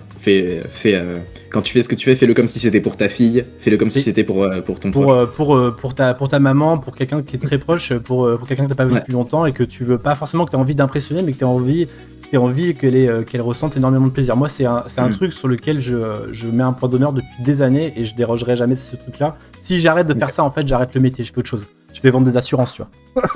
Je comprends. Mais là, c'est important. Tu parlais de cercle vertueux. Pour moi, c'est hyper important d'entretenir quelque chose de vertueux et en tout cas d'essayer de véhiculer des valeurs et d'y croire et de les incarner, etc. Tu vois, tu disais que je te rejoins vachement. Je trouve qu'il y a peut-être, j'ai l'impression qu'il y a deux trucs dans le fait de faire payer son activité. En tout cas, d'être MJ payant, c'est qu'en fait, tu vas mettre le doigt sur quelque chose qui est un loisir. Mais la façon dont tu vas aborder et ce que tu vas donner en retour est pas tout à fait la même chose. Entre ce que toi tu proposes, c'est de faire quelque chose de vertueux. Tu vois, moi on en avait jamais vraiment discuté, donc je découvre un peu plus au fur et à mesure qu'on en discute et je trouve ça vraiment ça me touche vraiment parce que je trouve que tu utilises l'argent comme un vecteur pour que les gens s'investissent plus, alors que finalement ils s'investiraient, mais comme t'as l'impression, je pense, de donner quelque chose, t'as envie d'avoir un retour, et comme t'as un retour, t'as envie de t'investir encore plus, et ça fait que donner. Moi aussi, moulin. Et c'est pas tout à fait pareil. Mon investissement, moi, il a décuplé également. Comment ? Vas-y, je corroborais avec ce que tu disais. Mon investissement à moi, il a aussi évolué de manière exponentielle parce que tout le monde s'enflammait autour du projet. Et en plus de ce que tu décris, c'est peut-être plus pour nourrir, entre guillemets, ceux qui viennent t'aider à faire monter le projet que d'abord te nourrir toi. Et c'est pas tout à fait la même chose que d'arriver dans la position de je suis MJ et slash je suis un bon MJ. Maintenant, en fait, je fais payer mes séances, tu vois, payez-moi. Tu vois, là, t'arrives dans un truc un peu différent où tu te places, où tu pourrais te positionner un peu plus comme un gourou, tu vois, avec une secte, etc. T'en parlais tout à l'heure, mais vraiment en faisant en sorte de rémunérer la personne et non pas le projet. Ouais. Là, l'idée, c'était vraiment ça à la base, c'est on prend des financements pour les projets. Et d'ailleurs, il y en a plein qui ont abouti. Il y a le premier joueur qui a participé, la première personne qui a donné en échange de quelque chose, c'était pour acheter un set de dés que j'ai commandé à un artisan sur mesure les comptes de crit. Et je me suis cassé la tête avec cet artisan très longtemps pour se dire comment on peut faire un set de dés qui soit vraiment à notre effigie. Et depuis, on a contacté d'autres artisans. J'ai eu un moment où je voulais faire des baguettes magiques. Et du coup, j'ai contacté un maître baguettiste qui est ébéniste. Et le mec, c'est son métier de faire des baguettes, tu vois, pour du jeu de rôle. Et on en a créé une pour chaque race jouable dans les comptes de crit. Et là, on est en train de voir les prototypes. Et bientôt, je les ajouterai à la boutique. Alors bientôt, dans un futur moyennement proche, les gars, calmez-vous, c'est vraiment long comme travail. Mais pas demain. Pas demain. Mais c'est voilà. Après, bon, je donne souvent des avancées des projets aux gens. Et il faut que les gens soient conscients qu'il y a des projets qui sont très longs. Par exemple, la bande dessinée. Je sais que je me suis fait le piège plein de fois. J'ai des personnes avec qui j'ai remonté un peu notre fil de discussion et je leur ai dit 3 fois pour Noël prochain, la bande dessinée elle est prête. Mais 3 ans consécutifs, j'ai cru ça, tu vois. Et en fait, à chaque fois, je me rendais pas compte de toutes les étapes par lesquelles il fallait passer. Parce qu'en fait, c'est des projets longs et fastidieux. Ouais, ça se fait pas en claquant les doigts. Ou alors, si t'as beaucoup d'argent, ça accélère un peu les choses. Mais même si t'avais beaucoup de moyens, c'est pas si simple. Tu vois, je pense ton modèle économique, toi, donc j'ai fait un peu mes devoirs. J'ai regardé un peu comment ça fonctionnait. Tu fonctionnes sur le système de Patreon, si je dis pas de conneries. Et en fait, c'est un système d'abonnement. T'as différents paliers où tu peux contribuer au projet. Par abonnement tous les mois, mais c'est pas le seul modèle qui existe dans la sphère holistique. Tu vois, on voit énormément de projets qui peuvent aboutir grâce à du financement participatif et même des grosses structures y ont très souvent recours. Tu vois, je pense à des mecs comme Fibre Tigre avec Game of Roll, comme La Bonne Auberge, tu vois, avec pour le financement participatif, et d'autres acteurs qui sont vraiment très connus. Tu vois, j'ai plus les, ça revient plus, mais bref, plein de gens qui ont entre guillemets qui ont percé et qui sont très présents sur la sphère holistique, en tout cas en France, qui passent quasiment tous par ce projet. Je pense à, notamment, tu vois, les studios Agathe qui éditent des jeux de rôle qui ne fonctionnent uniquement que comme ça pour pouvoir, de manière pérenne, ils appellent à un projet, c'est finalement, tu appelles un projet, tu vois comment ça réagit, et selon, tu vas pouvoir le rendre plus ou moins pérenne rapidement. Et là, toi, tu as choisi quelque chose d'un abonnement qui fait que si quelqu'un... Est-ce que c'est comme ça que tu t'es dit, je vais faire un abonnement parce que tu te dis, comme ça, au moins, les gens, ils payent un petit peu. Toi, ça t'assure un revenu, on va dire, régulier. Et au moins, tu peux faire avancer le projet au fur et à mesure pour le nourrir. Et ça inclut les gens. Ou c'était parce que, en fait, tout simplement, c'est plus simple comme ça? En fait, on n'a pas que des abonnements, on a aussi des produits ponctuels. Ok. Par exemple, là, on était en fin de campagne et j'ai proposé à tout le monde, voilà, c'était un cadeau, mais c'était leur cadeau de Noël, on va faire une série d'emotes, d'emojis, et vous choisissez un emoji que vous aimez bien et on en fait un à l'effigie de votre personnage avec l'illustratrice. Okay. Et du coup, maintenant, sur le Discord, il y a leurs emotes à eux, tu vois, il y a un peu, leur campagne, elle est ancrée. L'abonnement, c'est vraiment pour représenter que les Contes de Crypte, c'est une expérience communautaire. Le jeu de rôle, il évolue avec ses joueurs, et du coup, c'est plus pertinent pour moi d'avoir un abonnement parce que, en fait, on vend une expérience plus qu'un produit, tu vois. Je vends pas mon jeu de rôle, je vends l'expérience communautaire de jouer au Contes de Crypte, d'avoir des personnes avec qui en discuter, d'avoir tous les jours de l'activité sur le serveur. Donc ça fait un peu secte, dit comme ça, mais en vrai je m'en branle si c'est le qualificatif que les gens mettent. Je vends une expérience humaine en fait. Je vends le fait de se sentir faire partie à la fois d'une bande de potes et d'un projet artistique qui nous dépasse tous. Tu vois, où chacun met un petit peu sa pierre, et où des fois, quand quelqu'un me fait une réflexion, ça va changer complètement la suite du projet. C'est quelque chose de profondément humain et vivant. Et c'est pour ça que l'abonnement, il est pertinent, c'est parce que on construit quelque chose tous ensemble, au final. Même si de temps en temps, il y a juste des gens qui me commandent des illustrations, ou des histoires sur mesure, ou des séances qu'ils ont absolument envie de faire. Mais c'est une grande expérience à l'échelle humaine, quoi. C'est pour ça que je pensais que l'abonnement est pertinent. On a un financement participatif qui arrive pour faire un peu un coup d'éclat et sortir d'un seul coup tous les projets, et aussi pour accélérer d'un coup. Tu vois, si je dis j'ai une BD, il me faut 5000 et que d'un seul coup je peux avoir l'engouement de soulever 5000 euros de fonds, ça fait que ma BD elle va d'un seul coup gagner 6 mois dans son avancée. Du coup, c'est quelque chose qui est en préparation, mais ça demande beaucoup de ressources et beaucoup de personnes qui travaillent dessus, donc ça viendra, mais pas tout de suite.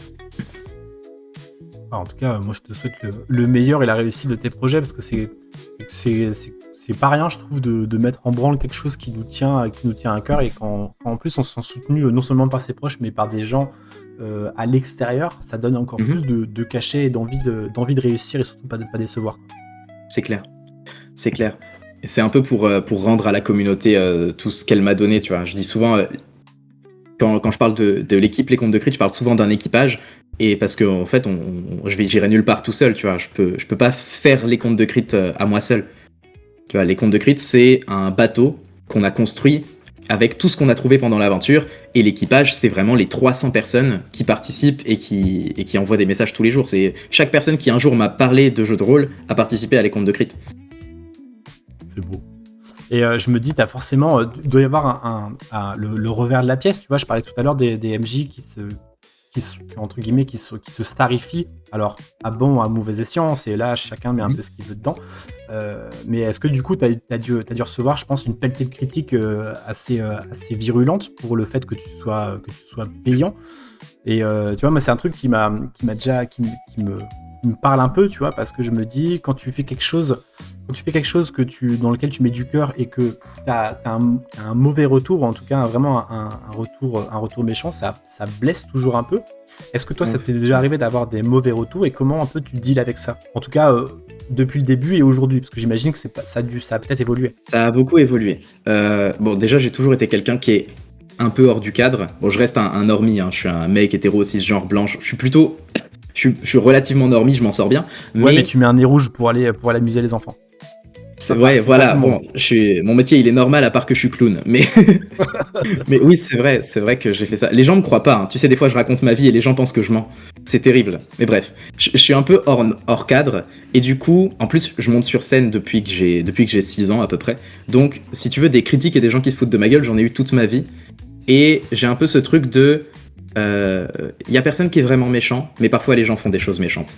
Et quelqu'un qui vient pour t'insulter, je l'ai eu les premières fois que je suis apparu, j'avais fait une émission jeu de rôle, en caméra comme ça, où j'étais apparu maquillé, les cheveux attachés, parce que ça me plaisait de m'habiller comme ça à ce moment-là. Et j'ai eu un flot de plusieurs douzaines de personnes, je pense, qui sont venues sur mon serveur pour me traiter de pédale activement. Waouh. Et je me suis dit, je peux pas me sentir attaqué par ça, tu vois. Déjà parce que je suis pas un porte-étendard de la pédalerie. Et je suis le porte-étendard de pas grand-chose d'ailleurs. Et tu vois, faut pas s'offusquer pour une insulte, parce qu'une insulte va jamais plus loin qu'une réaction émotionnelle. Du coup, il y a des gens qui trash talk, mais la plupart du temps, ils viennent, ils disent ce qu'ils ont à dire, ils se font bannir, et puis en fait, c'est fini. Comment dire ? J'ai une discussion plus longue, plus pertinente, plus intéressante, et je mets beaucoup plus d'attention aux gens qui me soutiennent. Et ça fait toujours mal de prendre une critique, mais c'est des inconnus. Tu vois, c'est genre, avoir ma mère qui critique tous mes projets, ça me ferait mal. Mais avoir un inconnu qui n'aime pas, des inconnus qui m'aiment pas et qui me jugent sur 3 secondes, il y en a plein. Tu vois. Et d'ailleurs, jugez pas sur 3 secondes, c'est bon, des fois, on n'a pas le temps de montrer tout ce qu'on vaut, ok ? Respectez-moi. Non, c'est ça. Et on a un peu ce truc, je sais pas si toi, cette phrase, elle résonne avec toi, mais j'ai un peu ce truc de tout ce que vous me dites sera jamais aussi violent que tout ce que j'ai pu penser de moi-même. Ouais. Je me suis déjà dit les pires horreurs parce que moi, je sais là où je peux taper pour me faire mal. Donc, il y a très peu de chances qu'un inconnu me fasse mal. Des gens que j'estime et qui me désapprouvent, ça me fait mal. Je me suis pris une bâche comme ça dans le milieu du clown. Je fais une aparté de là-dessus. Où pendant le confinement, je postais beaucoup de contenu à ce sujet-là. Où je faisais beaucoup de sketchs de clown. Et à un moment, j'en ai sorti un où toute la communauté de clowns français à laquelle j'étais exposé m'a désapprouvé d'un coup. Et ça a créé un énorme clash. Je me suis reçu des torrents d'insultes comme jamais j'avais pris sur Internet. Et là, je me suis pris une vraie bâche. J'ai arrêté d'en faire pendant 2 ans. Parce que vraiment ça m'a claqué, je me suis dit ok, je suis pas compétent, je suis désapprouvé par toutes les personnes qui connaissent le milieu et tout. Et c'est là que j'ai commencé à me poser la question de des fois les gens se sentent attaqués par le fait que t'existes et c'est pas de ta faute. C'est la faute de ce qu'ils projettent sur toi. Et ça fait toujours du bien de se remettre en question, hein. Faut pas toujours dire que c'est de la faute des autres. Ouais, mais voilà, une critique constructive et une insulte, c'est pas la même chose. Et je rajouterai une dernière phrase importante. Il faut pas écouter les critiques de personnes à qui tu demanderais pas conseil. Ah, c'est beau. Je sais que si les joueurs à ma table, quand je leur demande qu'est-ce que vous en avez pensé, s'ils me critiquent, je vais écouter activement parce que je leur demande sincèrement. Et s'il y a un random dans la rue qui fait « Hey, j'ai vu, les contes de crit, c'est de la merde !» C'est un inconnu, je lui aurais rien demandé dans tous les cas, donc ça n'a pas vraiment de poids. Voilà, n'écoutez pas les critiques de personnes à qui vous demanderiez pas conseil. C'est beau. Moi, je suis assez fan des petits dictons comme ça. Dans le même genre, moi je serais un peu dans le truc de les chiens à bois, la caravane passe. Mais faut le prendre dans le sens où il y a des gens qui font du bruit autour de toi, souvent pour être remarqués, tu vois. C'est vraiment dans le sens où mais regardez-moi, j'existe. Et c'est souvent, ça rejoint ce que tu disais juste avant, c'est que ça nourrit rien en fait. C'est juste que du coup ils ont juste besoin d'attention et ça va entretenir un mauvais cercle. Après, je dis ça, mais je suis aussi le premier genre de personne quand je scrolle un peu, tu vois, sur Instagram ou quand je me perds un peu sur Internet, où des fois t'es un peu perdu en train de faire ton truc, tu vois quelque chose qui te fait sourire et tu juges souvent en disant ah oui, un tel il fait telle chose, c'est marrant, c'est rigolo, alors que c'est juste méchant. Mais par contre, tu vois, je pense que je suis le genre de personne qui prend pas le temps en fait d'aller voir quelqu'un, ou en tout cas tu vois de le dénigrer publiquement, etc. Parce que je sais, parce que dans un coin de ma tête, j'essaie de pas oublier à quel point ça peut faire mal d'être dénigré même par des, tu vois, tu te dis que un inconnu ça peut pas faire de mal, tu vois. Moi je sais quand même que tu vois des gens que t'estimes pas, ça peut quand même faire mal parce que tu peux attendre un retour, tu vois. J'ai été confronté dans ma vie professionnelle à des gens qui sont très durs et tu sens que c'est juste pour leur propre plaisir, tu vois, que ça les nourrit eux t'as l'impression que ça les nourrit eux d'être méchants, alors que ça se trouve pas du tout, tu vois. Je revis la même situation aujourd'hui, je verrais les choses peut-être différemment, mais en fait prendre une critique, ça blesse toujours un petit peu parce que dans le cadre où moi quand je fais des choses, si en fait tu vois je me dis ouais je l'ai fait comme ça et je m'en fous. Prendre une critique c'est de la merde, bon bah en fait ça n'a aucune valeur, mais si t'as mis de l'énergie, du temps et vraiment de l'investissement personnel et émotionnel, bah quand tu prends le mauvais truc tu te merde. Et a fortiori tu vois ça me fait rire parce qu'il y a une semaine en arrière j'ai ma femme elle joue dans ma campagne et je lui explique quelque chose Et en fait, elle me fait une vanne. Moi, je la prends pas du tout comme une vanne à ce moment-là, tu vois. Je la prends au premier degré. Et je me dis, merde, c'est vrai, pourquoi tu me dis ça alors que l'autre, c'était une vanne. Mais sur le coup, tu vois, je me suis dit, non, mais en fait, si elle me dit un truc qui va pas, c'est qu'il y a quelque chose à régler, tu vois. Parce que c'est quelqu'un que j'estime, dont la vie est peut-être le plus haut dans mon échelle d'estime, tu vois. C'est hyper important. Et si elle me dit ça, je me dis que c'est pour me faire progresser, tu vois. Donc, je rejoins complètement ce que tu dis. J'accorde énormément et encore plus d'importance aux gens qui me sont proches parce que je me dis que s'ils prennent le temps de te dire et surtout tu vois ça demande une certaine comment dire, une certaine position, tu vois, de prendre le truc et de dire à quelqu'un que t'aimes bien, attention, ça c'est pas bien, tu vois. Souvent il y a quelque chose qui va se mettre, tu vois, t'essaies de décorréler certaines choses, c'est pas contre toi, etc. Mais tu vois, si tu dis quelque chose de critique à quelqu'un, tu sais que potentiellement ça peut l'exposer. Et donc c'est quelque chose où je fais vraiment attention avec ce que je vais communiquer. Tu vois, on parlait au tout début des outils transverses, etc. Tu vois, sur la communication, je suis pas quelqu'un qui est très très bon là-dessus. Mais j'essaie de pas oublier que les mots ont une certaine importance et un certain pouvoir, et que tu peux porter quelqu'un comme tu peux complètement le descendre avec trois termes, quoi. Donc et ça, soyez pas trop méchants sur internet, quoi. Ou dites-le si c'est une vanne. Ça va beaucoup plus vite de détruire que de créer. Je suis tout à fait d'accord. Ça va infiniment vite. Et pour corroborer avec ça, enfin pour compléter, c'est plus facile de détester que d'aimer. Insulter quelqu'un, c'est très facile, alors que dire je t'aime, c'est beaucoup plus difficile. Enfin, dire je t'aime, même pas forcément ces mots-là, mais tu vois ce que je veux dire, témoigner de l'amour, de l'affection sincère, c'est très engageant parce que tu t'es vulnérable d'un coup. Là où injurier quelqu'un, ça te protège, ça crée une distance folle. J'ai eu un truc comme ça où j'y ai réfléchi il y a peu de temps. C'était sur une relation familiale qui est avec ma petite sœur, où j'ai été vraiment un très très mauvais grand frère. Tu vois, j'ai eu des actions sincèrement méchantes et sincèrement qui avaient pas de bons enjeux avec elle. Et quand je suis devenu un adulte et que je me suis dit j'ai envie d'être un bon grand frère, mais là on part de loin, mon gars, c'est très difficile d'un seul coup d'essayer de construire une relation saine, alors que c'était si facile de la détruire pendant des années. Tu vois ce que je veux dire? C'est très dur c'est comme c'est très dur de construire un projet, alors que c'est facile de tout jeter à la poubelle. Ouais, parce que du coup, et puis voilà, quoi.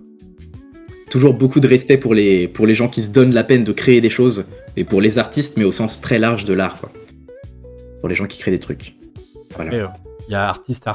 Il y en a qui se disent artistes, mais on vous voit, ok? On se sait. On se reconnaît. On se reconnaît entre nous. Il y a celui qui parle d'être artiste et il y a celui qui parle de son art, de toute façon. Putain, c'est beau. Là, tu m'offres la phrase parfaite pour conclure ce bel échange. En tout cas, si je le place là parce que c'est un truc que je fais jamais. Si vous appréciez ce type d'échange, etc., n'hésitez pas à vous abonner, à partager, etc., activer la cloche, trucs. En tout cas, moi, je voulais te remercier, Glyph, pour ce bel échange. J'ai un peu mieux compris comment tu fonctionnes et en tout cas où est-ce que tu te places. Et je trouve ça hyper intéressant de pouvoir amener encore une fois quelque chose de différent à ce format. Et j'espère te recevoir à nouveau si tu as des nouveaux projets dont tu aimerais parler. Et peut-être avoir le plaisir de se retrouver à ta table. Mais je crois que ça, mon petit homme me dit que ça devrait arriver prochainement. Ça vient très bientôt. Bah, merci à toi de m'avoir invité. Merci de faire ces vidéos d'ailleurs, parce que du coup, j'ai plongé dans ta chaîne il y a très peu de temps. Et c'est trop bien. C'est trop bien. J'ai pas assez de temps pour tout explorer. Il faut que je voie le meilleur meneur avant que la saison 2 sorte. Mais merci beaucoup de créer du contenu. C'est chouette. Et des chocolats, au passage. C'est surtout ça qui est important. Je crée des chocolats avant. J'aime pas trop, tu vois, j'ai beaucoup de mal avec le terme de créateur de contenu. Tu vois, pour moi, ça dévalue vachement ce que tu proposes. Tu vois, je sais qu'il y en a qui se gargarisent un peu de ça, mais pour moi, tu vois, c'est du contenu, tu vois. J'essaie pas de faire du contenu ni non plus de la culture, mais en tout cas, j'essaie de proposer des choses que j'aime, tu vois. Ok. Je profite de la tribune qui m'est offerte. Les créateurs de contenu, pour moi, t'as l'impression de remplir un espace qui serait vide et finalement tu le remplis avec du vent, tu vois. Ouais, je comprends. Surtout que cet espace est déjà saturé de tout autant de contenu vide, donc ça devient un peu une époque de chasse au contenu pertinent. Tu vois, on essaye de remplacer le contenu vague par du contenu qui nous plaît. Du coup, abonnez-vous à cette chaîne pour avoir du contenu pertinent et qui vous plaît, tout simplement. allez jeter un œil, au moins, si vous vous abonnez pas tout de suite, allez au moins jeter un œil sur le Linktree de Glyph. Il y a plein de trucs, et aussi, il y a une petite boutique. Je sais pas s'il y a des t-shirts, je suis pas allé voir, mais j'espère qu'il y a des t-shirts, car j'aime les t-shirts. On n'a pas de t-shirt, non, parce que T-shirt, on sait pas les faire. Je suis désolé, on n'a pas de t-shirt. Par contre, on peut vendre des sets de dés et des baguettes magiques. Donc venez m'en parler. Et les baguettes sont pas vraiment magiques, avant que je me prenne un bad buzz. Pas de publicité Ouais. mensongère. Vous lancerez pas du feu, les gars. Je suis désolé. Allumez vos barbecues à la main, bordel. Mais ça peut aider sur une partie, tu vois, tu sors ta baguette, les comptes de Ça crit, serait fou. et comment dire, tu assaisonnes ton jeu de rôle, c'est beau. Chez nous, il y a une scène, il y a une phrase qui alimente nos jeux de rôle qui est si c'est gaulerie, ça passe. Et je pense que si quelqu'un sort la baguette magique, les comptes de crit, et dit j'ai pas besoin de faire de jet, je crame, et bah d'accord, parce que c'est trop marrant. Donc vas-y. Ça marchera qu'une fois, mais faites des choses drôles. Faites des choses drôles à vos tables. Je note pour la prochaine fois, j'essaierai de m'équiper d'une belle baguette. En tout cas, merci encore Glyph. On se recroise Avec plaisir. bientôt sur les internets ou ailleurs. Et puis, en attendant, je vous dis à bientôt. Merci d'avoir écouté si vous êtes arrivé jusque-là. Et à bientôt. Salut. Cheers.